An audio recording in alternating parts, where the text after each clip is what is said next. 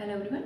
हम लोग आज स्टार्ट करेंगे प्रजनन की रिप्रोडक्शन आखिर होता क्या है। ठीक है, इससे पहले हम देखेंगे कि रिप्रोडक्शन का क्या महत्व है, प्रजनन क्यों आवश्यक है। ठीक है, और हमारी जो जैव विविधता है उसको बनाए रखने के लिए प्रजनन की क्या भूमिका है। ठीक है, उसके बाद हम देखेंगे प्रजनन कितने प्रकार का होता है और मेनली हमको आज पढ़ना है मनुष्य में प्रजनन। ठीक है, और मनुष्य के प्रजनन की क्रिया में जो अंग भाग लेते हैं उनको हम बोलते हैं प्रजनन अंग, और उससे मिलकर बनता है एक तंत्र जिसे बोलते हैं प्रजनन तंत्र। तो मेनली हमारा जो आज का टॉपिक है, ठीक है, वो प्रजनन के अंतर्गत अगर हम बात करें तो रिप्रोडक्टिव सिस्टम है, प्रजनन तंत्र। चलिए अच्छे से स्टार्ट करते हैं, और जिन्होंने मेरे चैनल को सब्सक्राइब नहीं किया वो सब्सक्राइब कर लें, लाइक कर दें, शेयर कर दें। ठीक है, चलिए स्टार्ट करते हैं प्रजनन। तो प्रजनन क्या है? प्रजनन अगर बात करें तो प्रजनन की क्रिया किस में प्रेजेंट होती है?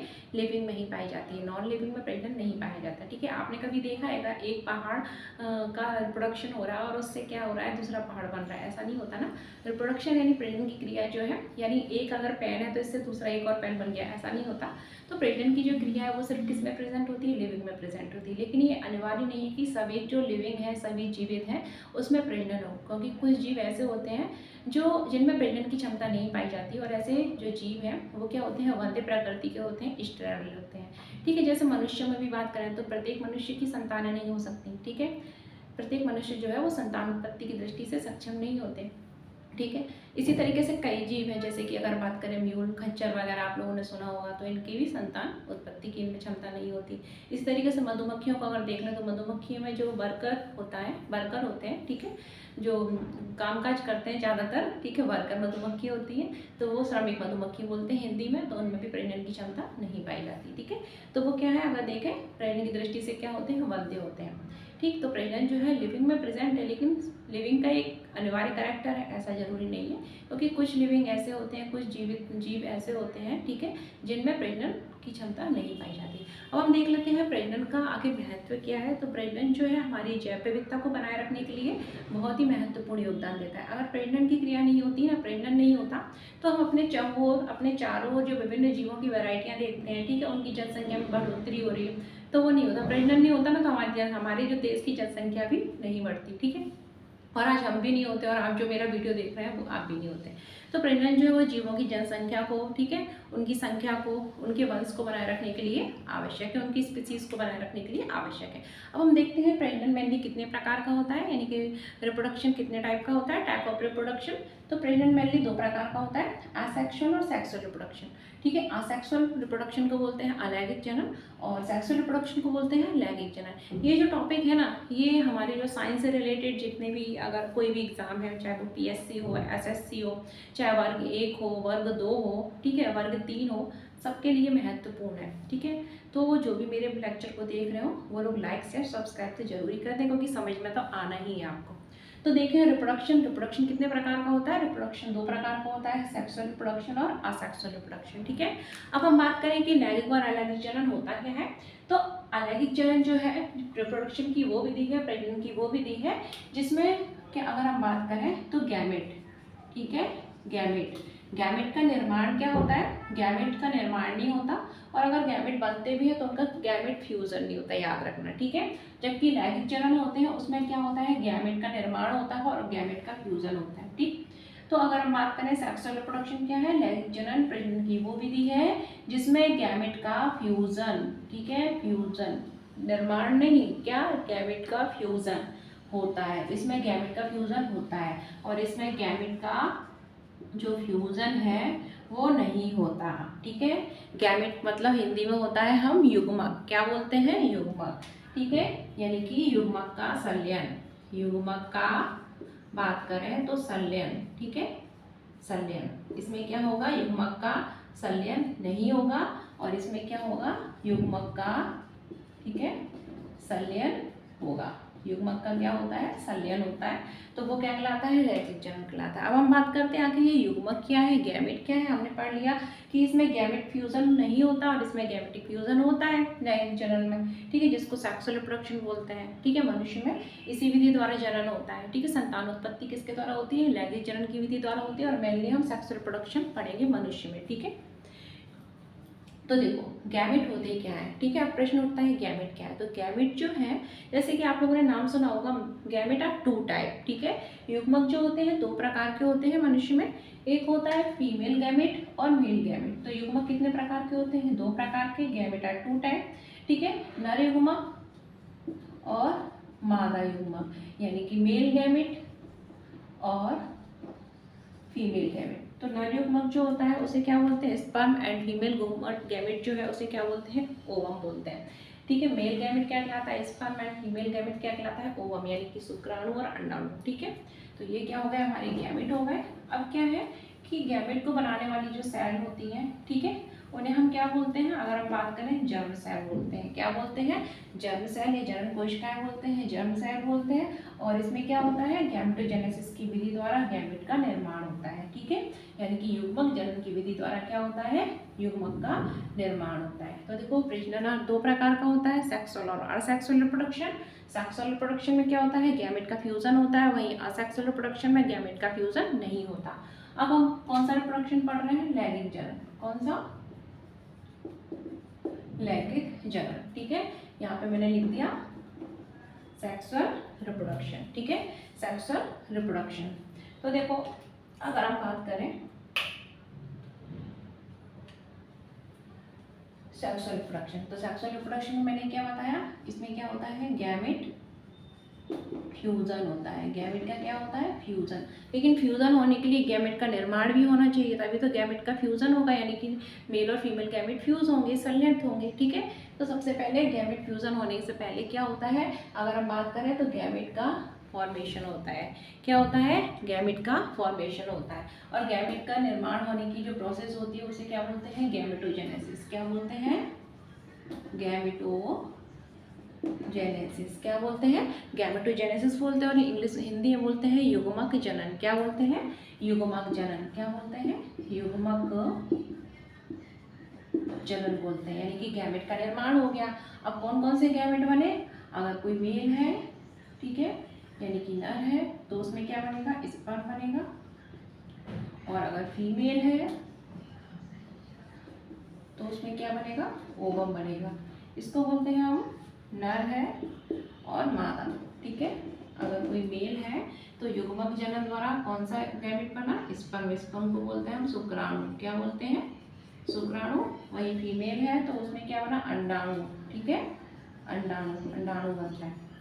अब क्या होता है कि गैमेटोजेनेसिस हो गई, युग्मक जनन हो गया, युग्मक बन गए, हमको मिल गए शुक्राणु और अंडाणु, ठीक है।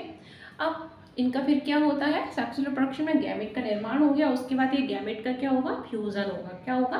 फ्यूजन होगा, ठीक है, यानी कि नर और मादा युग्मक मिलेंगे। तो इस प्रोसेस को क्या बोलते हैं हम? फर्टिलाइजेशन। क्या बोलते हैं?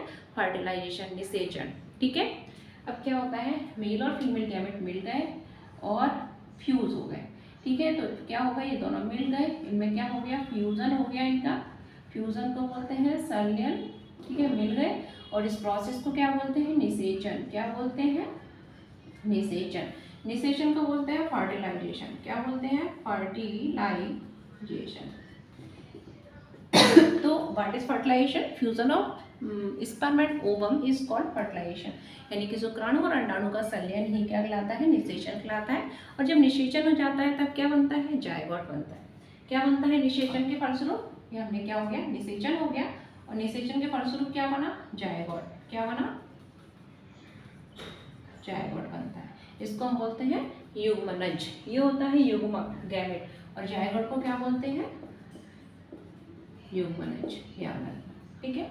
तो what is fertilization? Fusion of male gamete sperm and female gamete ovum is called fertilization, यानी कि नर युग्मक शुक्राणु और मादा युग्मक अंडाणु का मिलना संलयन ही क्या कहलाता है? फर्टिलाइजेशन, निषेचन कहलाता है। एंड आफ्टर फर्टिलाइजेशन, निषेचन के उपरांत क्या बनता है? जायगोट बनता है, यानी कि युग्मनज बनता है। उसके बाद क्या होता है? ये जो जायगोट है उसमें डेवलपमेंट होते हैं, इसका विकास होता है।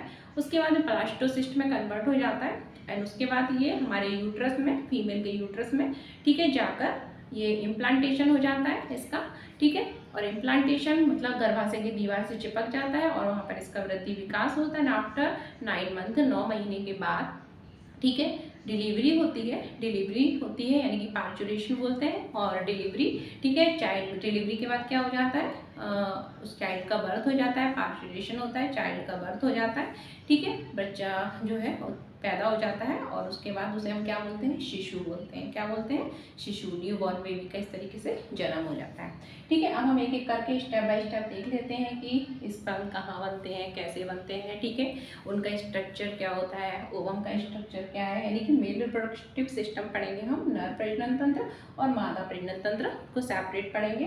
फिर हम देखेंगे फर्टिलाइजेशन की प्रोसेस कहाँ होती है। फर्टिलाइजेशन की प्रोसेस जो है फीमेल रिप्रोडक्टिव ऑर्गन के एक पार्ट है जिसको हम बोलते हैं फैलोपियन ट्यूब, डिम्ब वाहिनी, डिम्ब नलिका है, ठीक है, फैलोपियन ट्यूब में संपन्न होती है, ठीक है।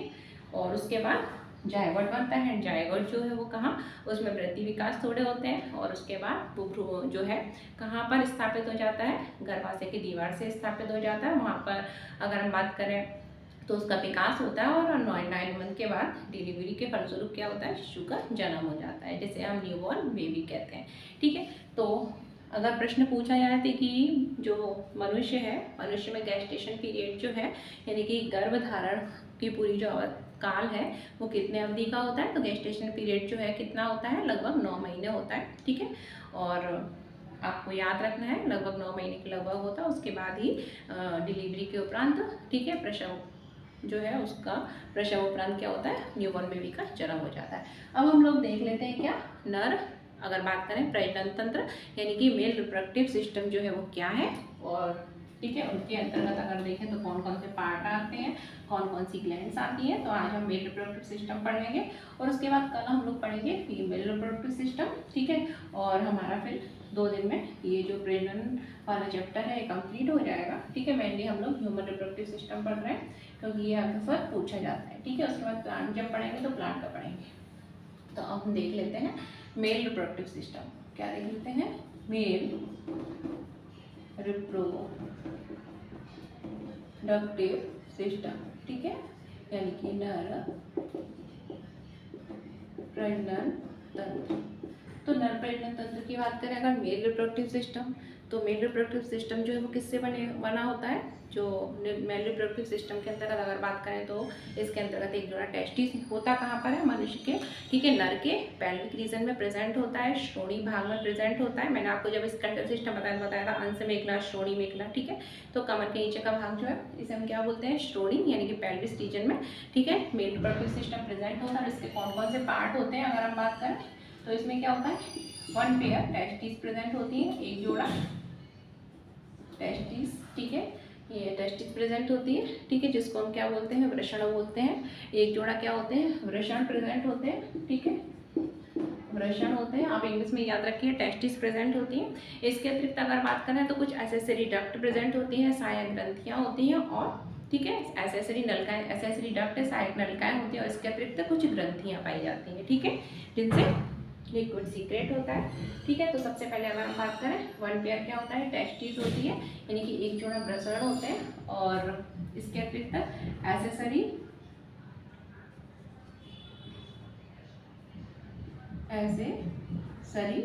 डक्ट प्रेजेंट होती है यानी कि सहायक नलिकाएं होती हैं, क्या होती हैं, सहायक नलिकाएं होती हैं, ठीक है, एसेसरी डक्ट होती हैं। इसके अतिरिक्त क्या होती है, कुछ ग्लैंड प्रेजेंट होती हैं, कुछ क्या होती हैं, ग्रंथियां प्रेजेंट होती हैं, ठीक है। तो मनुष्य का जो प्रजनन तंत्र है उसमें टेस्टिस, सहायक नलिकाएं, ग्रंथियां और इसके अतिरिक्त एक्सटर्नल जेनाइटला यानी कि बाह्य जननेंद्रियां, ठीक है, एक्सटर्नल जेनाइटला भी प्रेजेंट होता है, ठीक।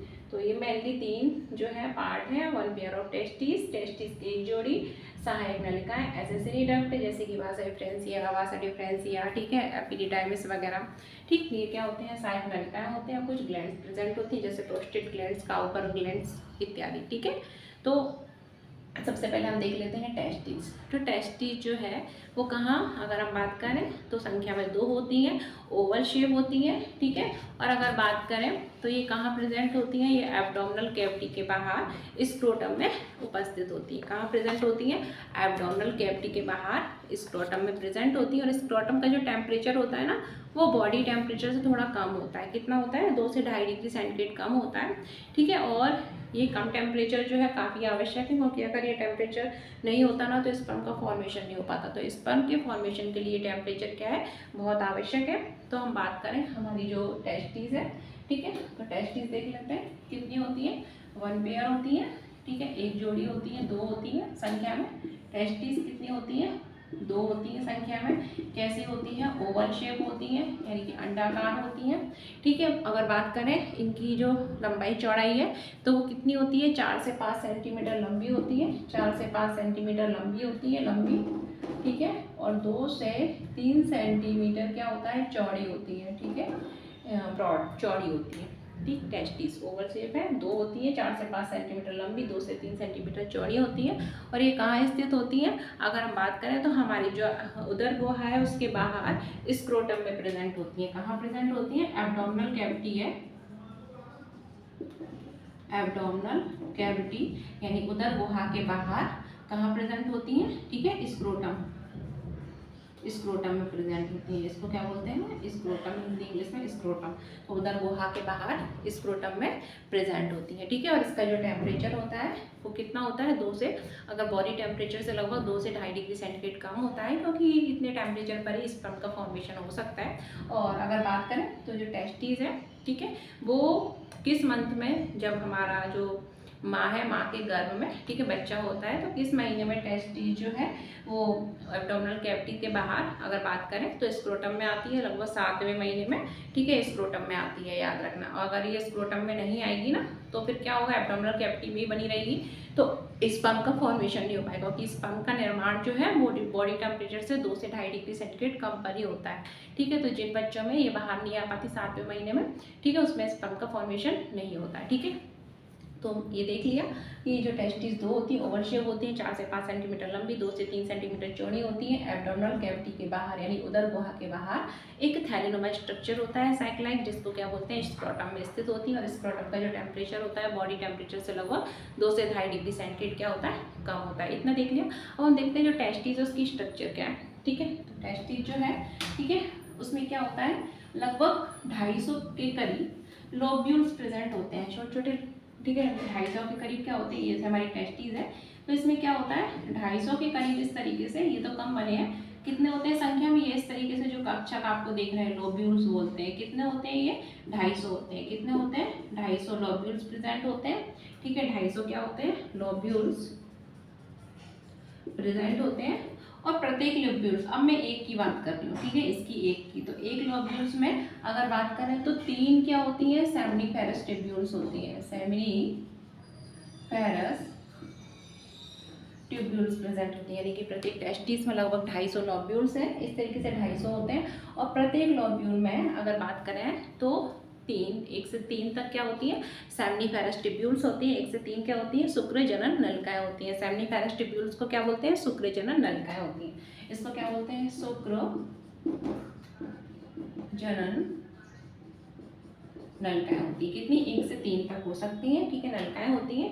अब क्या होता है, जो सेमिनिफेरस ट्यूब्यूल्स होती है तो वो किसके माध्यम से अगर बात करें तो सेमिनिफेरस जो ट्यूब्यूल्स हैं, ठीक है, पहले इनकी स्ट्रक्चर देख लेते हैं, उसके बाद देखते हैं सेमिनिफेरस ट्यूब्यूल्स किसमें खुलती है। तो सेमिनिफेरस ट्यूब्यूल्स जो है, जैसे इसकी सेमिनिफेरस ट्यूब्यूल्स आई, ठीक है, फिर इसकी सेमिनिफेरस ट्यूब्यूल्स आई, फिर इसकी ट्यूब्यूल्स आई, फिर इसकी आई, इस लोब्यूल्स की भी आई, 1 से 3 तीनों होती हैं।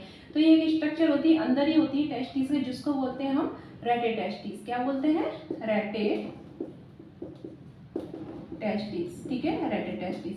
तो सेमिनिफेरस ट्यूब्यूल्स रेटे टेस्टिस से होती हुई, ठीक है, फिर बाहर आती हैं, और बाहर नहीं आती, अंदर ही आती हैं, ठीक है, वासा फ्रेंसिया डिफरेंसिया एपिडिडाइमिस वगैरह से होते हुए। तो हम अच्छे से देखेंगे। अभी हम देख लेते हैं सेमिनिफेरस ट्यूब्यूल्स की क्या स्ट्रक्चर होती है। तो क्या है, हमारी जो टेस्टिस है, ठीक है, 1 पेयर होते हैं, ठीक है, क्या होता है, 4 से 5 सेंटीमीटर लंबी, 2 से 3 सेंटीमीटर चौड़ी होती है, ठीक है। और इसमें क्या होते हैं, लगभग 250 की संख्या में लोब्यूल्स प्रेजेंट होते हैं, जिनमें लोब्यूल्स प्रेजेंट होते हैं। और प्रत्येक लोब्यूल्स में 1 से 3 नलिकाएं प्रेजेंट होती हैं, जिन्हें सेमनीफेरस ट्यूब्यूल्स कहते हैं, ठीक है। अब सेमनीफेरस ट्यूब्यूल्स की बात करें, सेमनीफेरस ट्यूब्यूल्स को क्या बोलते हैं, शुक्र जल नलिकाएं बोलते हैं। और इनकी अगर स्ट्रक्चर देखें तो इसके अंदर क्या होता है, दो प्रकार की कोशिकाएं होती हैं सेमनीफेरस ट्यूब्यूल्स। अब इनकी स्ट्रक्चर देख लेते हैं। ये सेमनीफेरस ट्यूब्यूल्स जो इसके अंदर है, ठीक है, 1 से 3 तक होती है। तो सेमनीफेरस ट्यूब्यूल्स की बात करें तो सेमनीफेरस ट्यूब्यूल्स में क्या होता है, दो प्रकार की सेल होती हैं, ठीक है। ऐसे एक ट्यूब्यूल्स है, एक उसमें दो प्रकार की सेल होंगी। ये मैंने दो प्रकार की सेलें बना दी इस तरीके से, ठीक है। ये दो प्रकार की सेल है। अब क्या है, एक प्रकार की सेल जो होगी, ठीक है, न्यूक्लियस भी रहता है सेल में, ये मैंने सेल बना दी, ठीक है, अंदर है, ट्यूब्यूल्स के अंदर का भाग है। अब इसमें क्या होता है, एक प्रकार की जो सेल होती है, इसका काम क्या होता है, मान लो स्पर्म का फॉर्मेशन करना, किसका, स्पर्म का निर्माण करती है इसके द्वारा, ठीक है। इनको क्या बोलते हैं, जर्म सेल, क्या बोलते हैं, जर्म सेल। स्पर्म गोनियल सेल भी बोलते हैं, ठीक है, जर्म सेल या स्पर्मेटोगोनियल सेल भी बोलते हैं, ठीक है। तो ये क्या, इनसे स्पर्म बनता है, ठीक है, इससे क्या बन रहा है, स्पर्म बन रहा है। एंड दूसरी सेल जो साइड में होती है, इनका काम क्या होता है, इनका काम होता है स्पर्म को न्यूट्रिशन प्रदान करना।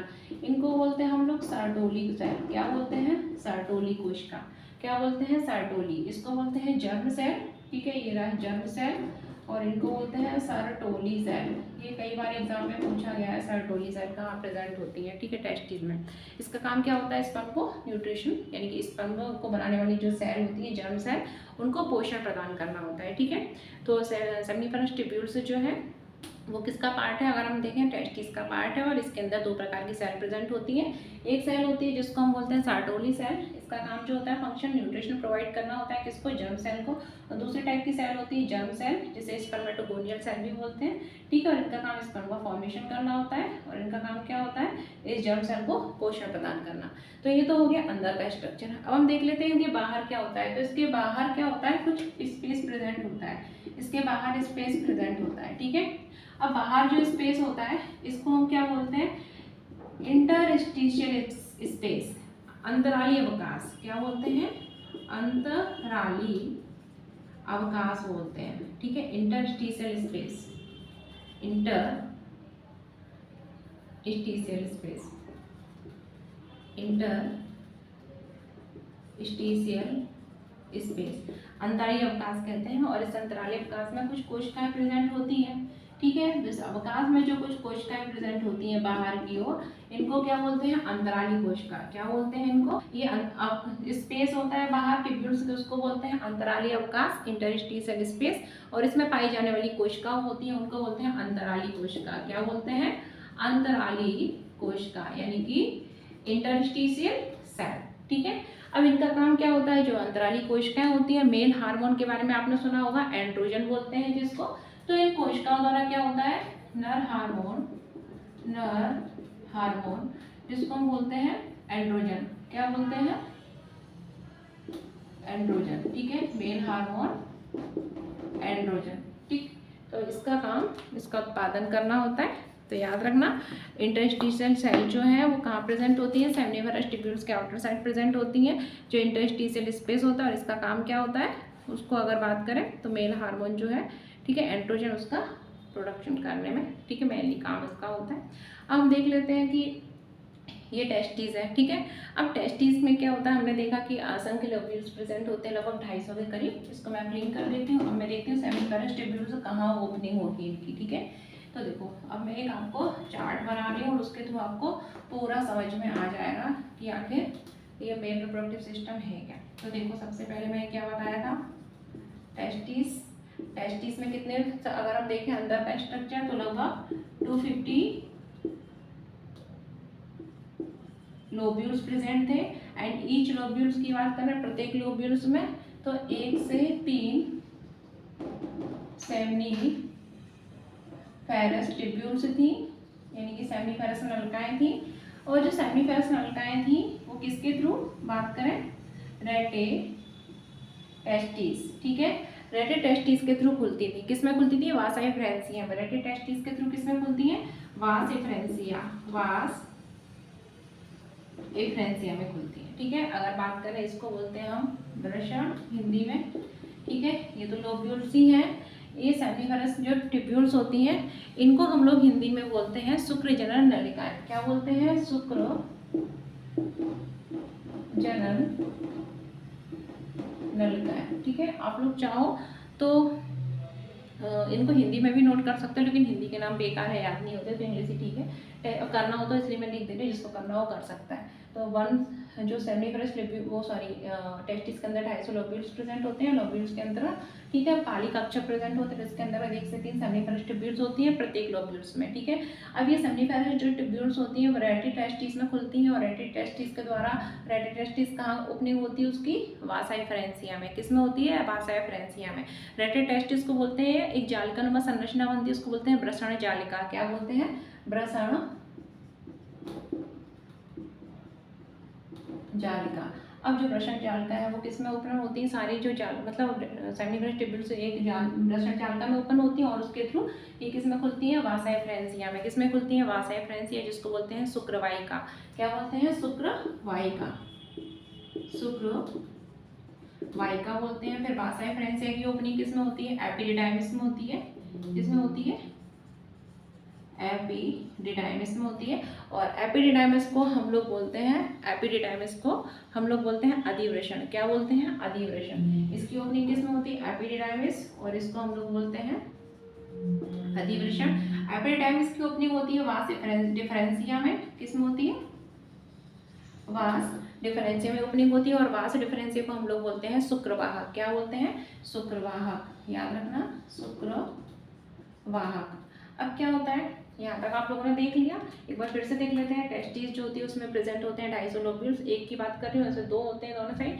ठीक है, 250 लोब्यूल्स प्रेजेंट होते हैं, प्रत्येक लोब्यूल्स में 1 से 3 कुंडलित नलिकाएं सेमिनिफरस ट्यूब्यूल से निकलती हैं, सेमिनिफरस ट्यूब्यूल से निकलती हैं, जिनको हम बोलते हैं शुक्रजनन नलिकाएं। और सेमिनिफरस ट्यूब्यूल से रेटी टेस्टिस के द्वारा किस में ओपन होती है? वास एफरेंसिया में ओपन होती है। वास एफरेंसिया किस में ओपन होती है? एपिडिडाइमिस में ओपन होती है। और एपिडिडाइमिस किस में ओपन होते हैं? वास डिफरेंसिया में ओपन होते हैं। ये सब क्या है अगर बात करें तो एसेसरी डक्ट है। क्या है ये? Accessory duct. सहायक क्या है? नलिकाएं है। क्या है ये? सहायक नलिकाएं। हमने देखा था ना कि रिप्रोडक्टिव सिस्टम जो होता है उसमें क्या क्या पार्ट होते हैं। तो पहला पार्ट तो टेस्टिस हो गया, दूसरा पार्ट हमने क्या देखा था? सहायक नलिकाएं देखी थी। तो ये सब क्या है? हमारी सहायक नलिकाएं हैं। ये सेमिनिफरस ट्यूब्यूल्स, वास डिफरेंसिया, रेटी टेस्टिस, ये सब क्या है? हमारी सहायक नलिकाएं हैं। इसके बाद हमने क्या देखा था? अगला अब हम देखेंगे क्या? ग्रंथियां। तो ग्रंथियां स्टार्ट होने वाली हैं। ठीक है, ध्यान से देखना।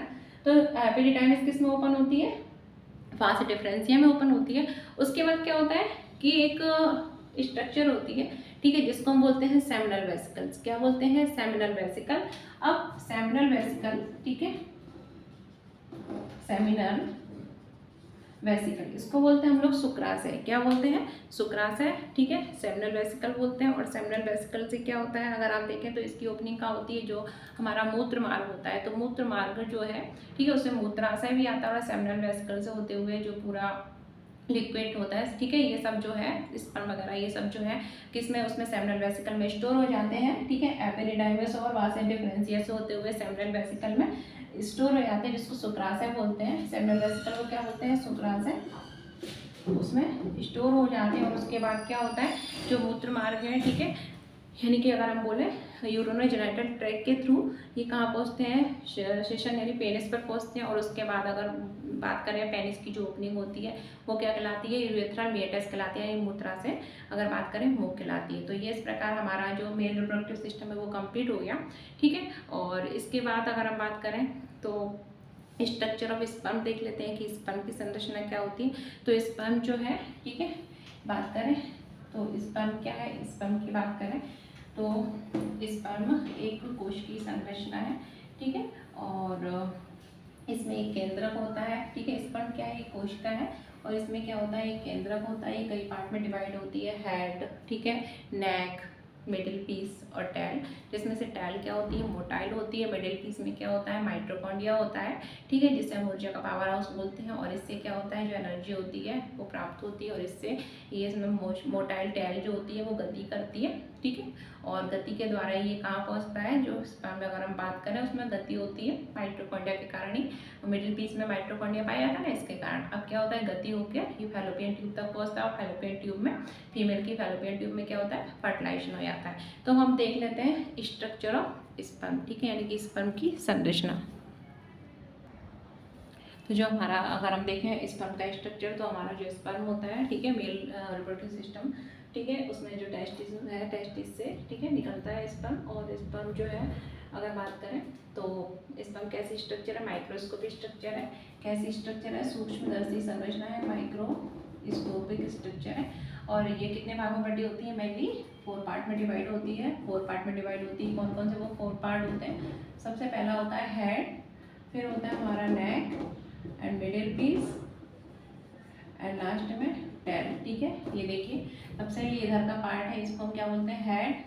लास्ट इधर जो है वो नेक है, यहाँ से यहाँ तक का जो है हमारा क्या है, मिडिल पीस है।